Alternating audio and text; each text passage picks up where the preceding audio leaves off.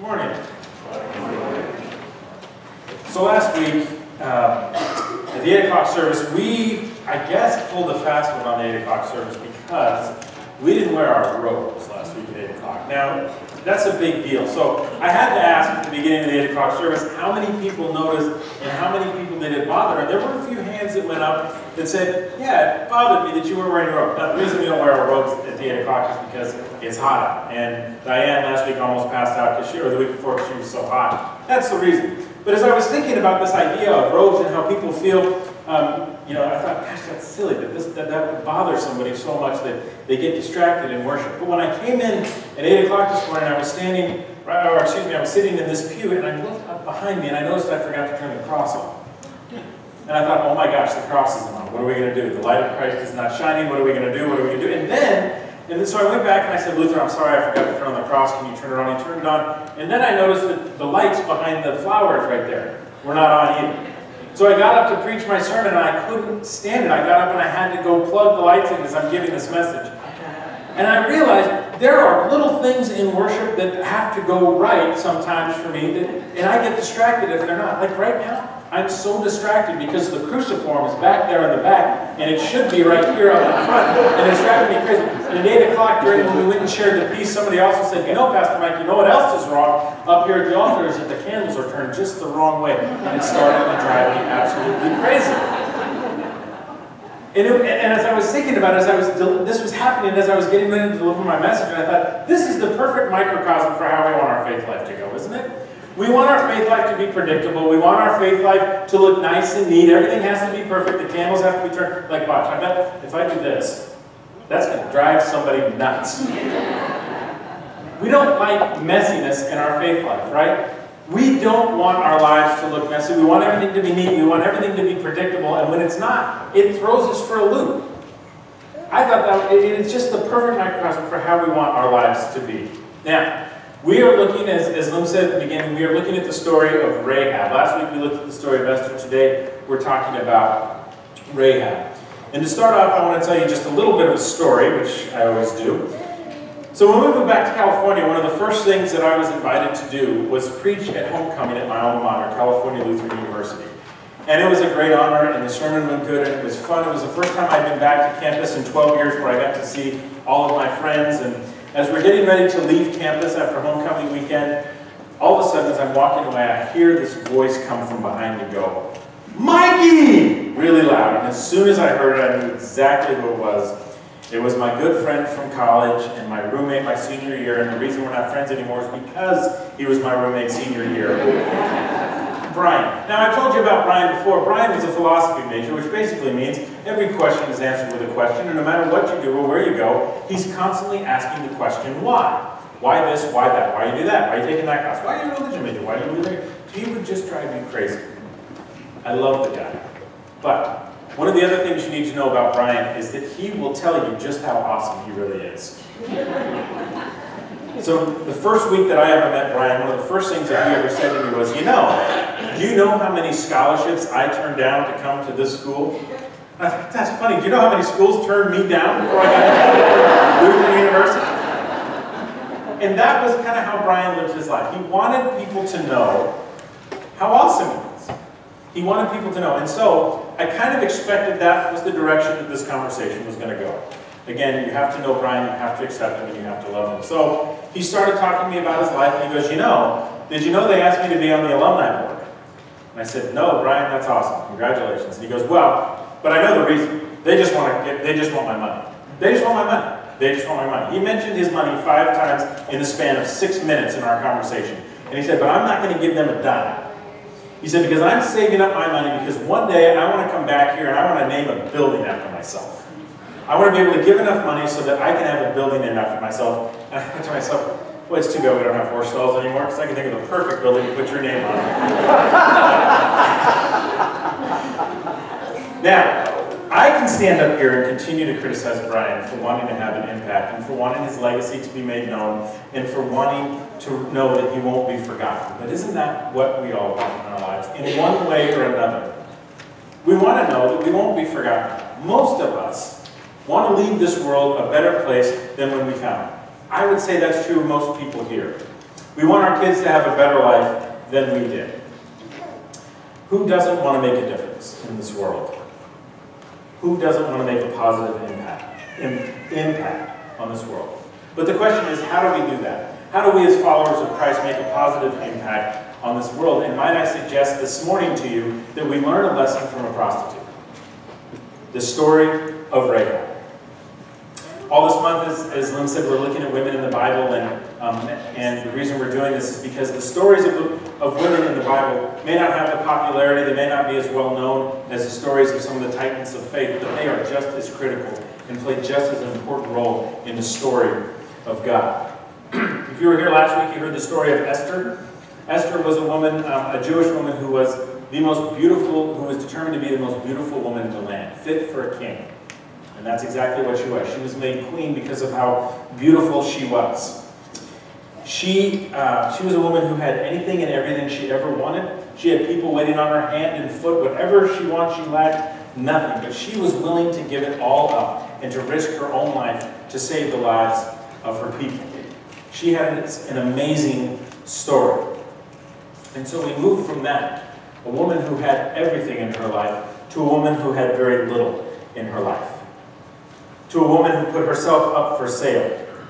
Two women who are on complete opposite ends of the societal spectrum, and yet God uses both of them in powerful ways.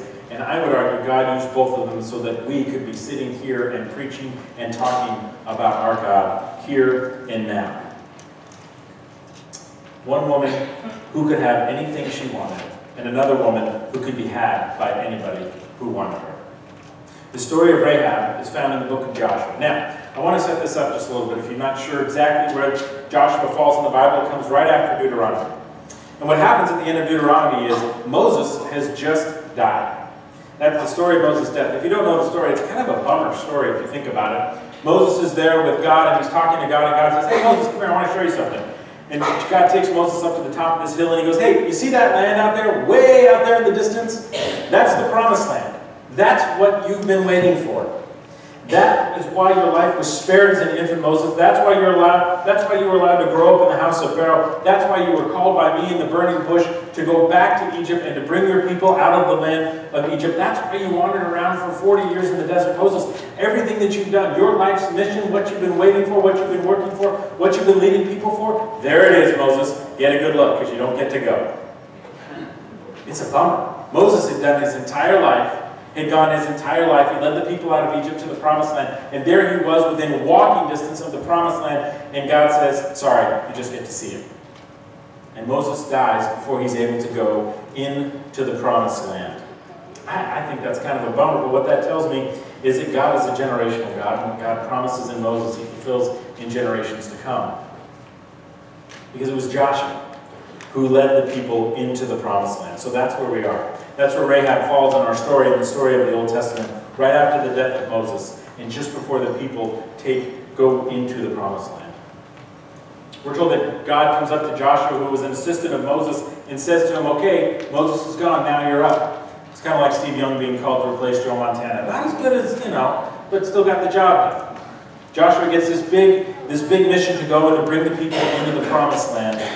And Joshua says, "Okay, I'll do it." But Joshua is told that in order for you to bring the people into the promised land, you first have to deal with the current inhabitants that are there. So Joshua sends 2 spies into Jericho. They go into the city, they go in to check out the city, find the weak points, and we're told that these 2 spies go to the house of Rahab the prostitute. And as soon as they get there, word gets to the king that there are 2 spies here from the Jewish people that are here to spy on us, to get our weak points. And the king says, "Well, we got to go get them." So he sends the soldiers to Rahab's house to find them. Rahab gets word that these soldiers are coming to her house, and she takes these 2 spies and she sends them up to the roof and hides them from the king's men. And then when the king's men come up and say, "Where are these men?" she says, "I don't know, they left. They were here, yes, but they've gone." She points these soldiers on a wild goose chase after these men, and she saves their lives. Once the soldiers leave and the coast is clear, Rahab goes back up to the roof and she tells the men, she looks at them and says, "I know who you are, and I know who you're working for. I know your God. I've heard about your God. I know the story of the Red Sea drying up. I know the kings that you've defeated. I know what your people have gone through for so long. I've heard all about it. And she says, and I, like the rest of my people living here in Jericho, live in fear of the Jews because of all that the Lord has done for you. And then she says this, she says, the Lord your God is indeed God in heaven above and on earth below. So she says, not only have I heard about God, but I believe in that God. I believe that everything that I've heard is absolutely true, and I believe that is why you are here. And I don't know how. I don't know how this is going to happen, but I want to be a part of it. So that's why I hid you. That's where we pick up with today's reading. Rahab tells them, please, because I have dealt kindly with you, please deal kindly with my family as well. And she begs them to spare the lives of her father and mother and brothers and sisters and all who belong to them. And the men agree that they will spare Rahab's family. They say, our life for yours. She said, if you do not tell this business of ours, then we will deal kindly and faithfully with you when the Lord gives us the land. And the men tell her, take this cord, this crimson cord, that you're going to lower us down with and hang it outside your window. Don't miss the symbolism of the crimson cord being hung outside the window. Think Passover. Think of the lamb with the blood being put over the doorstops to tell the Holy Spirit these people are to be spared. The same is true for Rahab. They tell her, put that crimson cord right outside the window of the house. And so the men are lowered down from Rahab's house and they're spared because of what this woman had done for them. This outsider, who people probably would have looked upon her in the Jewish community with contempt. They would have said, this woman's a sinner, we don't want anything to do with her. And yet she took this leap of faith because she had heard about this God and she believed in this God, and she saved the lives of these two men. Now once these two men return to Joshua, he prepares the people to enter the city. Now some of you are probably familiar with this story. This story of Joshua includes him going to the River Jordan, and the Levitical priests have the Ark of the Covenant. Think this is like a taxi cab for God. The Ark of the Covenant was God. And the priests come to the waters of the River Jordan, and they put their feet in the water, and the water parts, just like Moses was able to part the Red Sea, and the people crossed the sea. And then once they get to the promised land and they get outside the city, they march around the city for 7 days. And on the 7th day, they blow trumpets. And then when the trumpets are done blowing, they scream as loud as they can. And the walls of the city come falling down. And the city is burned and everybody perishes except for Rahab. The Bible tells us, but Rahab the prostitute with her family and all who belonged to her, but Rahab the prostitute with all her family and all who belonged to her, Joshua spared. Her family has lived in Israel ever since, for she hid the messengers whom Joshua sent to spy out Jericho. Rahab was spared, not just because she feared the Lord, but because she believed in God as well. She believed in the Lord as well. She did what she knew to be right, even though it didn't make sense. Rahab had heard of this God. She knew that these two spies had come from God, and it didn't make any sense why she would sell out her people, but she said, I'm going to do what I know is right, even though it doesn't make sense. So as I was putting this sermon series together back in June, I knew exactly where I wanted to go with this message. You see, this is the perfect message for a preacher to talk about your past. It's a perfect opportunity for us to talk about the labels that we give ourselves. It's a perfect opportunity to say, listen, we all have a past. We all have things that we're ashamed of. We all have things that we've done that if it gets out, we'll be incredibly embarrassed, and we need to let go of that burden. That's the great sermon. That's what the great story of Rahab is somebody who had a past, but God still used them and did amazing things. That was the direction that I wanted to go with this sermon. But then, everything changed yesterday when I took a nap. I was out in the sun most of the afternoon, so at about 3:45 I decided I'm just going to take a little power nap. I'm going to lay down for about 20 minutes. Lay down for about 20 minutes, and then I'm going to get up and I'm going to do my chores. Now, have you ever had the task of or had the goal of taking a cat nap and then you wake up about 3 hours later? That's what happened to me. So I was in a dead sleep, and all of a sudden I hear my wife Gail say, you should get up. And I said, oh, okay, what time is it? And she goes, it's 6:30. And my immediate response was, in the morning? I've got church, I've got to go, I'm in trouble, everybody's already there. Have you ever had the time when you wake up from a dead sleep, you don't know where you are, who you are, what time it is? I could have been in the year 2014. I was so out of it. And so as I'm laying there in bed, just kind of staring up at the ceiling going, where did the time go? All of a sudden I hear this voice on the screen. And I hear the voice of a reporter that says, I'm going to have to move from this area because tear gas is making its way towards our area. So you hear tear gas, you hear a reporter talking about that. I'm thinking, whoa, how long was I asleep? What's going on?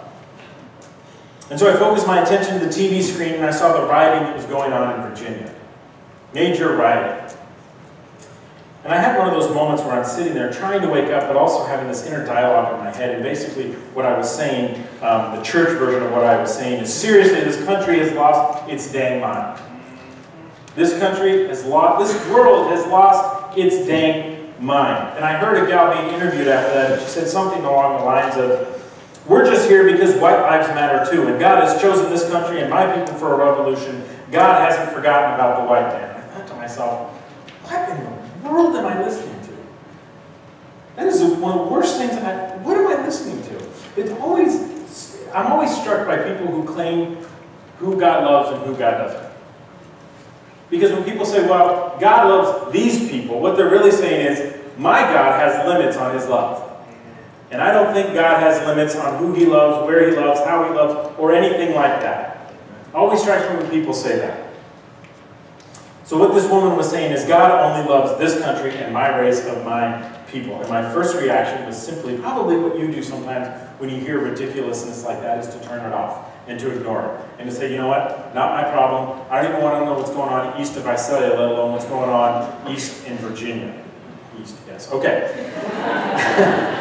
But I left the TV on, and Rahab's been in my head obviously all week as I've been thinking about this message, so I thought to myself, you know, there's something here. I started to think about Rahab in our story today. Here was a woman who took in two people who she was told was her enemies. She knew that they'd come to Jericho to spy on the people, and she chose to take a risk and do what she knew was right, to help these two spies. She heard about this God, she believed in this God, and she thought, I don't know why, I don't know how, but I've got to protect these men, return these men safely. Probably knowing that if word got out about what she had done, and if she was wrong, that she would probably be killed, because she had let in spies who were basically making a map of the entire city. And yet she feared the Lord more than she feared the people. She did what she knew was right. And as I watched the violence unfold on the news, and that woman that was killed by the crowd plowing through people, and those officers who lost their lives, I was reminded once again that following God is not a cakewalk. It's not easy. Following God is not a cakewalk. Loving people is not a cakewalk either. Again, we want our faith life to be like our worship life. Well put together, neat, nice, in and out, an hour, predictable. But then stuff like this happens, and we're called to take a stand. We are called as Christians to call out hate. We're called to call out racism for what it is and the sin that it is. But friends, being a follower of God means that we not only speak out against hate and racism that was put on display in Virginia, but God calls us to take it a step further. We are called to go one step further beyond just condemning racism and sin, and we're called to go beyond just a step of praying for those who are the victims of this violence. And this is the part of our faith that I have the biggest problem with, that I don't do as well as I should. But we are called not only to love those who are victims of violence, we are called to love those who spew hatred and division as well. And that is the hardest part for me, to love my enemies. I don't know if it's easy, it comes easy for you, but it does not come easy for me. It's hard for me to see what's going on, and it's hard for me to see people doing violence and spewing hate and not want to just condemn them and forget them and turn the TV off and pretend like they don't exist. But God calls us to love. Jesus says in Scripture, you have heard that it was said, you shall love your neighbor and hate your enemy. But I say to you, love your enemies and pray for those who persecute you, so that you may be children of your Father in heaven. Our response to the face of such violence and nonsense is love. That's what we're called to do. Now, whenever anything big goes on in the news, one of the things I like to do is just to get on social media, because I want to see what's being said. You can get on Twitter right now, I guarantee it, and what the first hit is going to be Charlottesville, Virginia, to see what everybody's saying. Nobody's talking about love, at least from the tweets that I saw. I've seen tweets that this is Obama's fault. I've seen tweets that this is Trump's fault. I've seen tweets that this is the alt-right and the alt-left, and everybody's going this way and that, but God calls us to move beyond that, to call out sin and racism, but also to love. To love with a love that sometimes does not make sense. To stand up to hate, we are called to take it one step further, and we are called to love our enemies. That's what Jesus did. He loved his enemies more than they hated him. That's what Martin Luther King Jr. did. He loved his enemies more than they hated him. That's what you and I are called to do as Christians, is to love our enemies more than they hate us. The cynical person in me says, well, we're supposed to pray for our enemies. That's great, that's wonderful, we're supposed to love them. Does it make a difference? I think it does. It's one of the hardest things that we're called to do, is to love beyond hate. And when we see hate, we respond in love.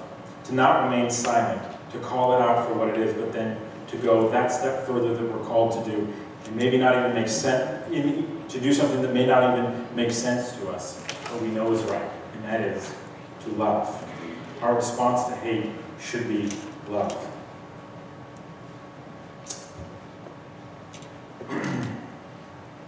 That's what Rahab did. That was what Rahab did. These enemies came in, and there was something in front of her. She knew of this God. She'd heard of this God. She knew what this God was doing, and she didn't make sense to her, but she felt like she needed to protect these two spies. It made no sense to her, but that was her reaction. If you can love that way, if you can look at hate, and if you can go beyond what makes sense, if you can go take that next step further to love, like Rahab did, and as Rahab saved those men, your legacy will not be forgotten. We all want the Brian card. I used his last name. Sorry, don't tell anyone. But all of us are like Brian. We all want to leave this world a better place. We all want to make an impact. We want to leave this world better than when we found it. If that's the impact you want to make, then we are called to share the love of Christ to everybody. Remember, Jesus on the cross asked for forgiveness, not condemnation, of those that were hanging him on that cross. Love with the kind of love that Rahab did as well. You know, I think she's one of the reasons that we're sitting here. She had an impact on this church. She had an impact on the Christian faith. Her legacy is not just found in the book of Joshua. It's not just 27 chapters that talks about this woman who took a stand and who did the work of God. I want to read a passage to you from the Bible. And it often gets glossed over because it doesn't really seem that important. Now, I'm going to read some names. I'm going to read the genealogy of Jesus. Now, I just want to give you a little hint. If you're ever called upon to read the genealogy of Jesus, this is how you do it. You plow through it. The names sometimes are difficult to pronounce, but if you can plow through it and just go for it and not stumble, people are going to believe whatever you say. Oh, they really know how to pronounce that. So, I'm going to plow through this. If I mispronounce it, don't worry, I'm right, and you'll be fine. Okay. This is the genealogy of Jesus the Messiah, the son of David, the son of Abraham. Abraham was the father of Isaac, Isaac the father of Jacob, Jacob the father of Judah and his brothers, Judah the father of Perez and Zariah, whose mother was Tamar, Perez the father of Hezron, Hezron the father of Ram, Ram the father of Amminadab, Amminadab the father of Nahshon, Nahshon the father of Solomon, Solomon the father of Boaz, whose mother was Rahab, Boaz the father of Obed, whose mother was Ruth. There she is. There's her legacy. She's in the genealogy of our Lord and Savior. She did something that didn't make any sense. And she is remembered in our legacy. She's listed in the genealogy of Jesus. And just so you know, next week we're talking about Ruth. She's up there too. These women played a powerful role in the story of God, and they're one of the reasons that we're sitting here this morning. Were it not for this woman who did what she knew was right, who feared God more than she feared man, we might not be sitting here today. That's the thing about God's love. It's way bigger than we can imagine. God's love reaches way beyond the walls of this church. And that same God whose presence was found in that woman inside those walls of Jericho is still writing his story today. One of the go-to lines that I always say when I preach that I love, that I always have in the back of my mind, is that each and every single one of you have a story, and your story is God's story, and God's story is your story. And so continue to share the love of Christ, even when times when it doesn't make sense. When you come upon hate, when you come upon racism, when you come upon sin, love is the answer. Love your enemies more than they hate you. Speak of a love that Christ had for us, who went to the cross and begged for the forgiveness and saved every single one of us. Amen. The peace of the Lord be with you always. Please share that peace with one another.